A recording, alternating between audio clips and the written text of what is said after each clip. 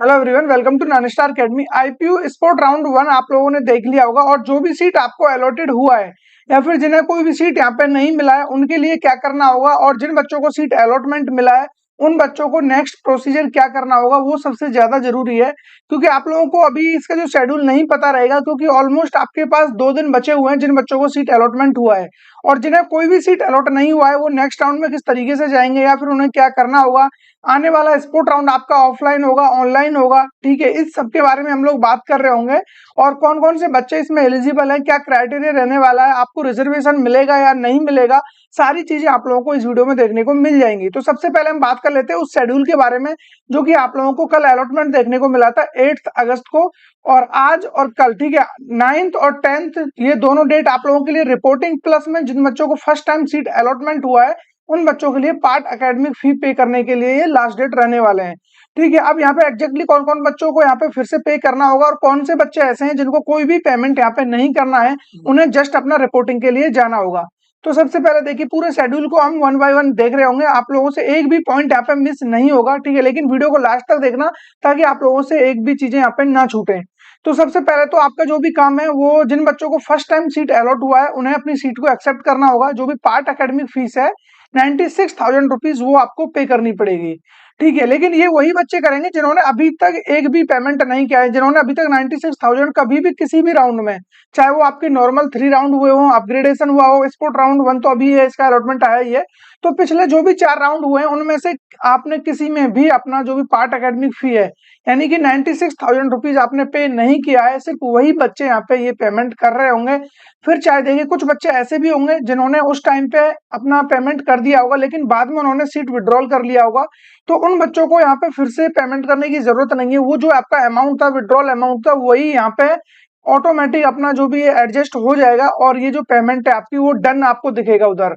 ठीक है, payment successfully दिखेगा, वहां पे आपका पेंडिंग में शो नहीं हो रहा होगा। जिन बच्चों ने चाहे विड्रॉल कर लिया हो, सीट कैंसिल हो गई हो, कुछ भी हुआ हो, आप लोगों ने रिपोर्टिंग भी किया है, तब भी आप लोगों का जो 96,000 रुपीज है वो आपको पे नहीं करना है। और वो आपको जब आप ओपन करोगे सीट अलॉटमेंट और उसके बाद के जो भी स्टेप्स होंगे आपके, रिपोर्टिंग से पहले के पार्ट एकेडमिक फी हो गया, डॉक्यूमेंट वेरिफिकेशन हो गया, वो सब कुछ आपका ऑलरेडी डन दिखा रहा होगा। ठीक है, जिन बच्चों को पेमेंट करने के लिए बोल रहा है सिर्फ वही बच्चे करेंगे। और ये चीजें कब तक कर सकते हो आप, इसके जो भी टाइम आप लोगों के लिए दिया गया है वो 10th अगस्त रहने वाला है, यानी कि कल आपके लिए लास्ट डेट रहेगा। तो ये जो भी आप लोग कर पाओगे 10th अगस्त तक ही अपना, और रात के 10:30 बजे तक जो भी आपको पैसा वगैरह जमा करना है यहाँ पे, ठीक है, जो भी 96,000 रुपीज है पार्ट एकेडमिक फी, वो आपको यहाँ पे कर देना होगा। उसके बाद क्या करना है आपको, जो भी printing of provisional seat allotment, जो भी सीट अलॉटमेंट हुआ है उसका प्रिंट आउट निकाल लेना, और ये आपका वहां पे फिजिकल रिपोर्टिंग के टाइम पे काम आएगा, ये निकाल के रख लेना।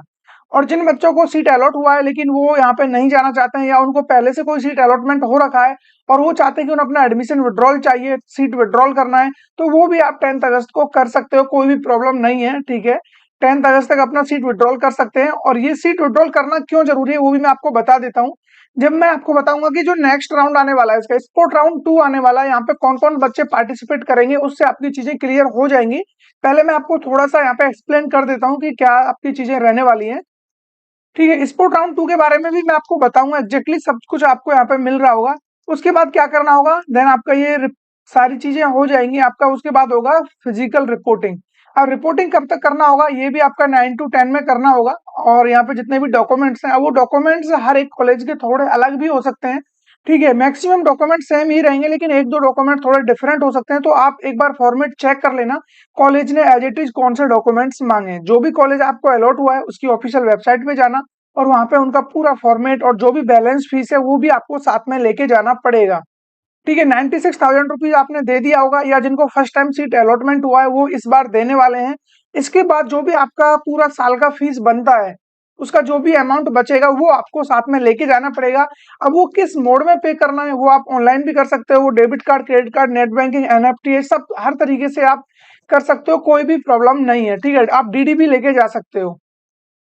ये हो जाएगा आपका, ये सारा जितना भी समस्या बच्चों को थी पेमेंट के रिगार्डिंग। उसके अलावा एक प्रॉब्लम ये भी है, कुछ बच्चों ने अपना प्रीवियस में, उनको सीट अलॉट हुआ था, उन्होंने फिजिकल रिपोर्टिंग भी किया हुआ है और वहां पे उन्होंने क्या है, अपना पैसा वगैरह सब कुछ दिया हुआ है, लेकिन उन्हें फिर से कोई दूसरा कॉलेज अलॉट हुआ है। तो फिर जब आपको सेकंड वाला कॉलेज अलॉट हुआ है, यहाँ पर जाकर के आपको फिर से जाना होगा रिपोर्टिंग के लिए, डॉक्यूमेंट्स अगेन लेके जाने पड़ेंगे। ये चीज इन्होंने क्लियरली मेंशन की हुई है अपने जो भी नोटिफिकेशन वगैरह रिलीज किए हुए हैं। तो वहां पे आपको अगेन डॉक्यूमेंट्स लेके जाना होगा और 5000 रुपीज आपका एक्स्ट्रा यहाँ पे लग रहा होगा, जो कि इनका प्रोसेसिंग चार्ज होता है। और जो बाकी का अमाउंट आपने प्रीवियस वाले कॉलेज को दिया हुआ है, वो आपका अमाउंट इधर एडजस्ट हो जाएगा, उसमें कोई प्रॉब्लम नहीं है।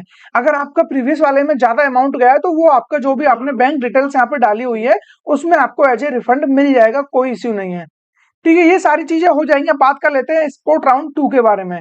देखिए, पहली बात तो एक नोटिस आप लोगों ने देखा होगा, और वो मैं आपको दिखा देता हूँ, उससे पहले तभी हम यहाँ पे चल रहे होंगे।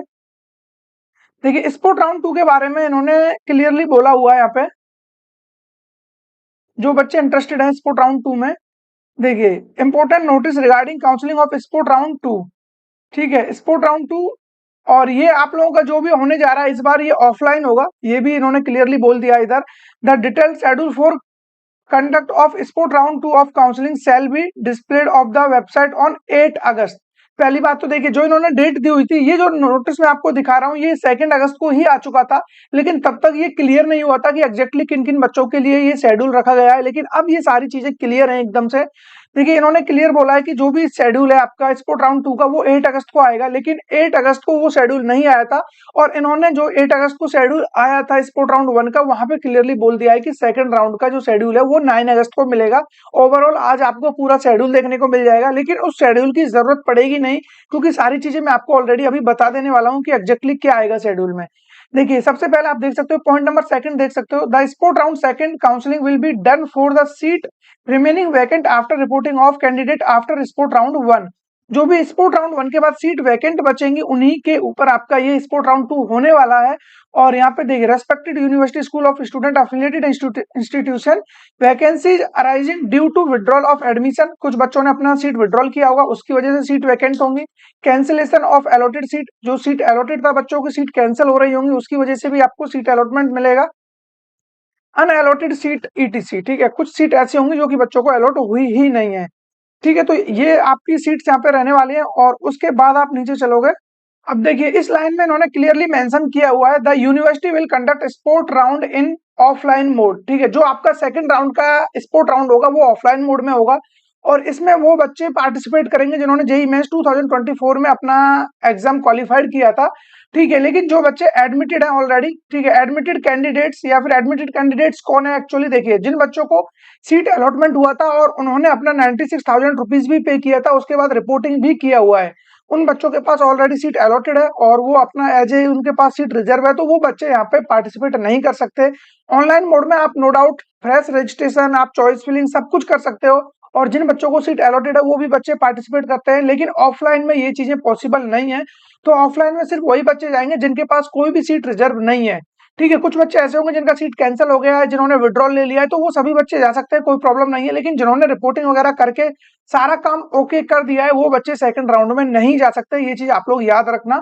और इन्होंने जो नोटिस आया है इसमें डेट वगैरह बता दिया है आप लोगों को। स्पोर्ट राउंड सेकंड, ठीक है, counselling with respect to BTech programme, वहां पे बीटेक नहीं बोला था, जस्ट जेईई मेंस 2024 के लिए बात की थी।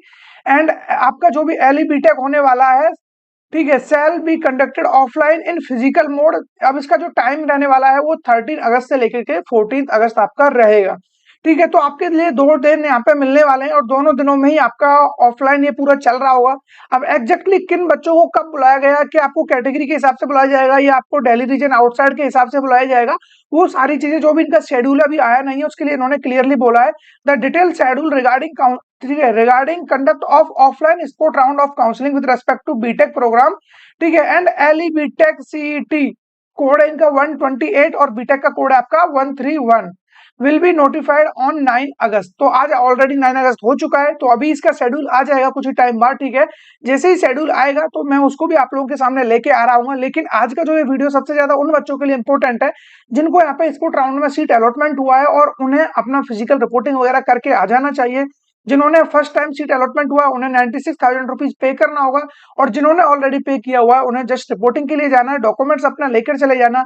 और जिन बच्चों को सेम इंस्टीट्यूट सेम कॉलेज, ठीक है, वही आपका सेम ब्रांच सेम इंस्टीट्यूट में मिला है, तो उन बच्चों को भी एक बार जाकर के वहां बात करनी होगी। ठीक है, क्योंकि आप लोगों को जो प्रीवियस वाला सीट था वो आपका एज ए रिजेक्ट कर दिया जाता है, वो आपका जो भी न्यू सीट अलॉट होता है वो आपको मिल रहा होता है। लेकिन आपका जो प्रीवियस वाला और ये वाला सेम है, तो मुझे नहीं लगता कि आपको फिर से रिक्वायरमेंट होगी।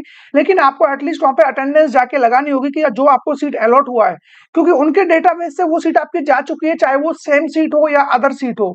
फिर भी आपको वहाँ पे जाना चाहिए और जाकर के अपनी अटेंडेंस आपको लगवानी चाहिए कि सर जो मुझे सीट अलॉट हुआ है मैं इसी में कंटिन्यू करना चाहता हूँ। हाँ, अगर आप उसको छोड़ना चाहते हो तब भी आपको वहाँ जाना पड़ेगा, क्योंकि आपको अपना जो भी रिफंड के लिए वहाँ पे विड्रॉल आपको लगाना पड़ेगा और उसका एक ऑफलाइन फॉर्म फिल करना होता है। जिन बच्चों ने रिपोर्टिंग कर दिया है उनके पास सिर्फ एक ऑफलाइन ही मेथड है अपना रिफंड लेने के लिए, तो आपको कॉलेज तो जाना ही पड़ेगा। अगर जो सीट वही चाहिए तब भी आप लोगों को जाना पड़ेगा कि हाँ सर मैं इसी में ही सेटिस्फाइड हूँ, क्योंकि आपने स्पोर्ट राउंड में जब पार्टिसिपेट किया है तो ये रूल होता है कि जो सीट आपको प्रीवियस मिला हुआ है, अब चाहे वो जिस भी इंस्टीट्यूट में हो मैटर नहीं करता, वो सीट आपका चला जाता है तुरंत से, और जो न्यू सीट आपको अलॉट हुआ है इसमें ही आपको रिपोर्टिंग करना होता है। अब वो आपको किसी भी तरीके से सेम अलॉट हो रहा है तब भी आपको जाना चाहिए और बाकी प्रोसीजर वो आपको करना पड़ेगा। लेकिन जो 95 जो आपको 5000 रुपीज एक्स्ट्रा देना होता है वो आपको पे नहीं करना पड़ेगा, क्योंकि आपका इंस्टीट्यूट सेम है। लेकिन आप इंस्टीट्यूट चेंज कर रहे हो तो फिर आपको वहां पे 5000 रुपीज एक्स्ट्रा देना पड़ता है, और बाकी जो आपका प्रीवियस वाला फीस है वो इधर एडजस्ट हो जाता है। आई होप आप लोगों के जितने भी डाउट्स थे रिगार्डिंग आपका राउंड 1 और 2 वो क्लियर हो गए होंगे। इसके अलावा कोई भी डाउट है आप मुझे कमेंट में बता सकते हो, और बाकी हमारा 9 स्टार अकेडमी का काउंसलिंग सपोर्ट आपके लिए हमेशा अवेलेबल है।